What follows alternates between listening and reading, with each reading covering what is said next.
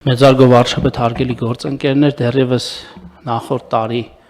ընդունվեց բարձր տեխնոլոգիաների ոլորտի պետական աջակցության մասին օրենքը, որից բխող համապատասխան կարգավորումները պետք է իրականացվեին, արդեն ունեցել նախկինում կառավարությունում քննարկել հարկային արտոնությունների հատվածը, որը վերաբերում էր թե շահութարկին, թե գիտահետազոտական աշխատանքների մասով, եկամտահարկի եւ այլ հարկատեսակների մասով կարգավորումներին այժմ այս նախագծով ներկայացնում եմ պետական աջակցության կարգերը սահմանելու մասին կառավարության որոշման նախագիծը, որով փաստորեն 3 ուղղություններով կառավարությունը աջակցություն է սահմանում տնտեսվարող սուբյեկտներին բարձր տեխնոլոգիական ոլորտում գործունեություն ծավալող, որոնց գործունեության տնտեսական գործունեության գործակիցը 90 եւ ավել տոկոս պետք է կազմի բարձր տեխնոլոգիաների ոլորտում։ Առաջին ուղղությունը աշխատանքային միգրանտներն են, այսինքն այն աշխատակիցները, որոնք տնտեսվարող սուբյեկտները ներգրավել են 2022 թվականի մարտի 1-ից սկսած, որոնց ուղղությամբ տնտեսվարողները եկամտահարկ չեն վճարել, մինչև այդ պահը երկրորդ ուղղությունը դա նոր աշխատակիցների համար սահմանված աջակցությունն է եւ մասնագիտական կադրերի վերապատրաստման համար սահմանվող աջակցությունն է։ Մասնավորապես աշխատանքային միգրանտների ներգրավման պարագայում ուզում եմ հիշեցնել, որ եկամտահարկի 60%-ի չափով պետական աջակցություն է տրվելու ընկերությունների մինչև 2025 թվականի դեկտեմբերի 31-ը, իսկ 2026 թվականի հունվարի 1-ից սկսած արդեն ուղիղ աշխատակիցներին է տրվելու այդ աջակցությունը միգրանտներին, ինչ վերաբերում է նոր աշխատակիցներ ներգրավելու պարագայում տնտեսվարող սուբյեկտները կրկին եկամտահարկի 60%-ի չափով պետական աջակցություն են ստանալու, իսկ վերապատրաստման պարագայում ընկերությունները ստանալու են 50%-ի չափով 3 ամիսների համար պետական աջակցության, եկամտահարկի 50%-ի չափով աջակցություն պետության կողմից։ Այս ընթացքում մենք ուրեմն մշակել ենք հարթակ, որը մինչև ապրիլի 21-ը մենք կհրապարակենք։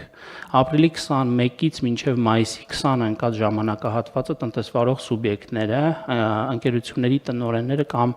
նրանց կողմից լիազորված անձինք, որոնք ԲՊՌ-ում գրանցված են, ԵՍՄ համակարգի միջոցով կնույնականացվեն եւ այս հարթակի միջոցով կդիմեն ընդամենը մեկ կոճակ սեղմելով կդիմեն այդ հարթակին պետական աջակցության ծրագրերից օգտվելու համար եւ առաջին եռամսյակի համար, այսինքն այս պետական աջակցությունը ընկերությունները ստանալու են եռամսյակը 1 եւ առաջին եռամսյակի համար այդ ընթացքում կստանան համապատասխան ուրեմն աջակցությունը։ Մենք այս պահին դեռևս հարթակը իրականացնելու ենք այն նույն սկզբունքով, ինչ նախկինում բարձր տեխնոլոգիական արդյունաբերության նախարարությունը իր պետական աջակցության ծրագրերը իրականացնում էր, սակայն հուլիսից սկսած մեր նախարարության եւ Հայաստանի տեղեկատվական համակարգերի գործակալության գործընկերների համատեղ ջանքերով կստեղծվի համակարգը ինքնաշխատ ավտոմատ ուրեմն համակարգ, այսինքն դա կնշանակի, որ ըստ էության որպես այդպիսին մենք ստուգելու եւ պետական եկամուտների կոմիտեի գործընկերների հետ յուրաքանչյուր տվյալը ստուգելու անհրաժեշտություն չենք ունենա, ամբողջ համակարգը կլինի ինքնաշխատ սկզբունքով։ Այս ընթացքում այս կարգավորումը սահմանում է, որ ապրիլի 21-ից սկսած արդեն բոլոր ընկերությունները կկարողանան մուտք գործել այդ հարթակ եւ դիմել պետական աջակցություն ստանալու համար։ Շնորհակալ եմ, պարոն Հայրապետյան, բայց գուցե մի քիչ բաներ ինձ համար բարդ է։ Հիմա մենք ում ինչի համար ինչքան աջակցություն ենք տալիս։ Ասենք տեխնոլոգիական ընկերությունը, այսօր աշխատում է տեխնոլոգիական ընկերությունը, ինչ պետք է անի, որ աջակցություն ստանա կամ այսինքն մենք հիմա ուղղակի այս ստատիկ վիճակով իրան աջակցություն ենք տալիս, թե իր մոտ ինչ-որ բան պետք է փոխվի, որ աջակցությունը ստանա։ Բոլոր այն տեխնոլոգիական ընկերությունները, որոնք մեր կողմից արդեն իսկ ընդունված տնտեսական գործունեության դասակարգիչներով համապատասխանում են, դա պարզ է։ Այդ ընկերությունները ստուգել են, ասում ենք ընկերությունը մեր աջակցության շահառու ընկերությունը, էսա, ինչ որ բանաձև ենք դրել եւ այդ ընկերությունը պետք է այդ բանաձևին համապատասխանի։ Եթե համապատասխանեց, արդեն Դա բազային տվյալի մասին է, չէ՞ խոսքը։ այո, 31 դասակարգիչների, տնտեսական գործունեության դասակարգիչների Այսինքն դա նրա մասին է, որ պետք է մենք համոզվենք, որ ինքը տեխնոլոգիական ոլորտի ընկերություն է։ Վստահաբար, Շատ լավ, հիմա- Ավելին, մենք շատ կոնկրետացրել ենք, ասել ենք, որ եթե կա ընկերություն, որը իր զեկույցում նշվում է, որ օրինակ ընկերության 30%-ն է տեխնոլոգիական, չի կարող օգտվել այս Պարզ է, աջակցության մենք ծրագրերից։ չափանիշը հստակ է, պետք է որոշակի իր շրջանառությունը, գործունեությունը որոշակի տոկոսով, դուք ասացիք 90%-ով համապատասխանի այդ չափանիշին։ Շատ լավ, համապատասխանում է։ Հենց համապատասխանես տալիս ենք աջակցությունը։ Ոչ, որոշակի այլ պահանջներ կան, դիցուք եթե 100,000 դրամից ավելի հարկային պարտավորություններ ունի ընկերությունը, պիտի մարի այդ պարտավորությունները, այս կարգերով այդ Շատ ամբողջը լավ, սահմանված է։ 100,000 հարկային պարտավորություն չունի, տալիս ենք այդ աջակցությունը։ Եթե ընկերությունը դիմում է օրինակ աշխատանքային միգրանտի ուղղությամբ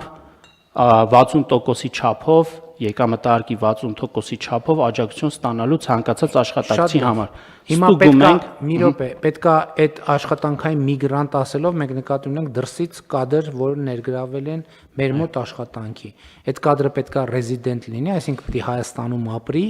այո, Հայաստանի Հանրապետության քաղաքացի չպիտի լինի։ հասկանալի է, բայց պիտի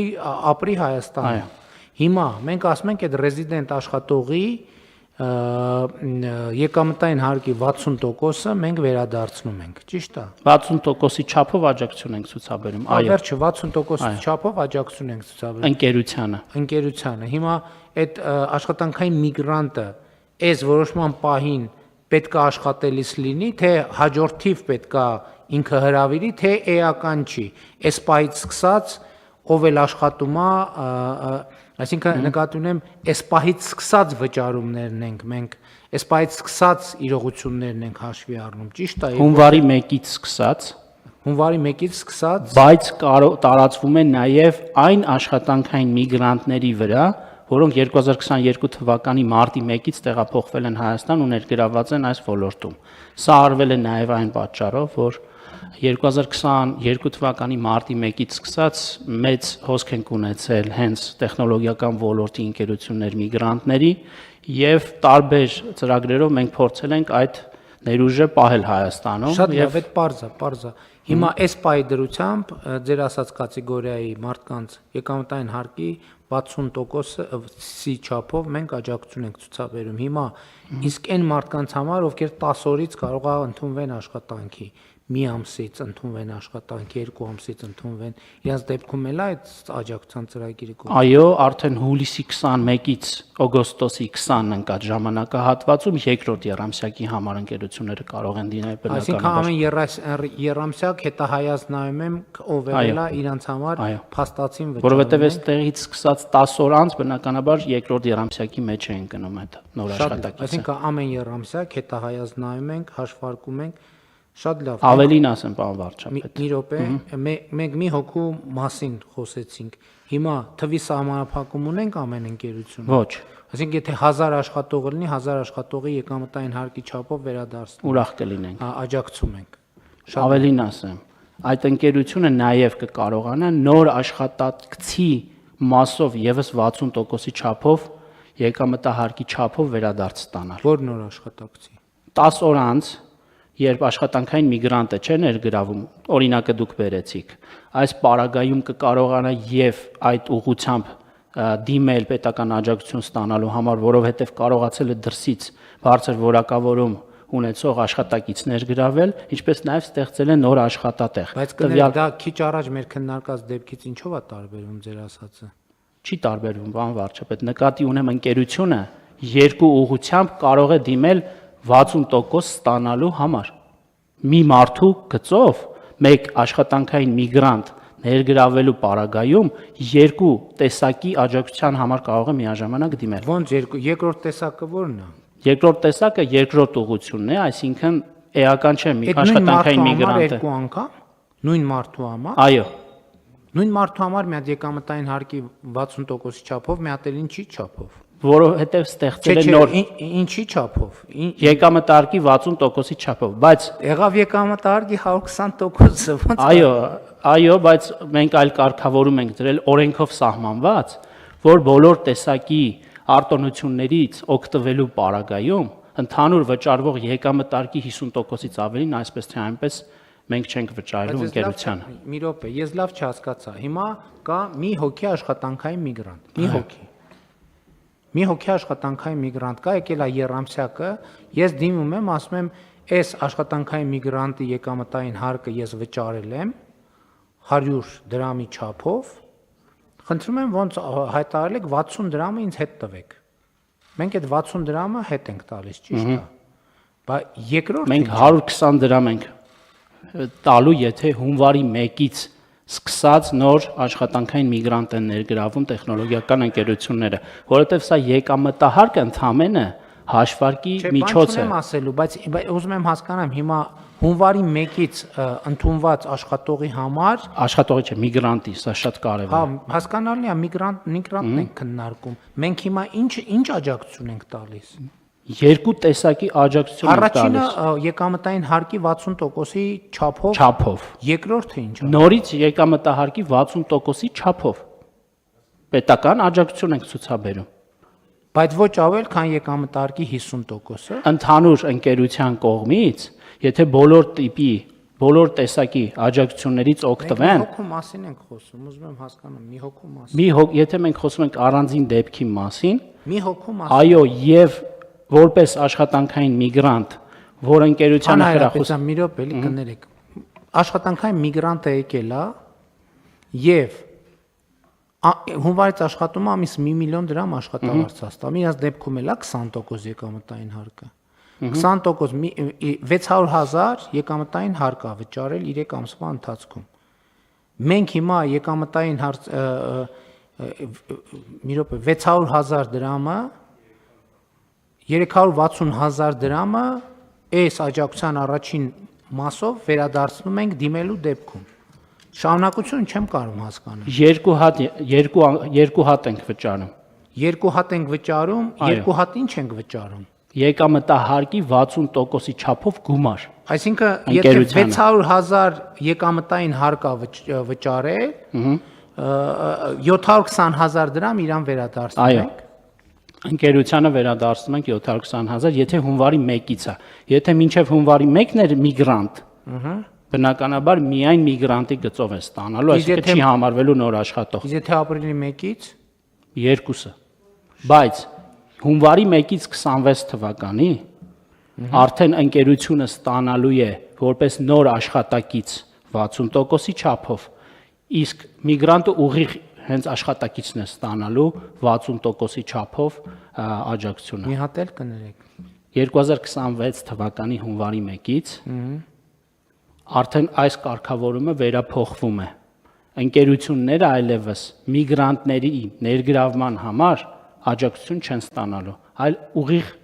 աշխատակիցներն են ստանալու։ Այս 720,000 դրամը կիսվում է մի մասը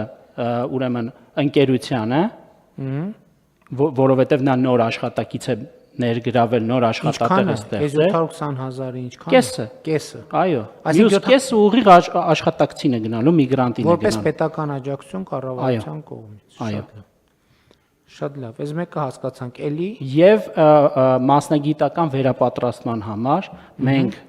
նախարարի հրամանով այս կառավարության որոշումից հետո լիցենզավորված վերապատրաստման ծառայություններ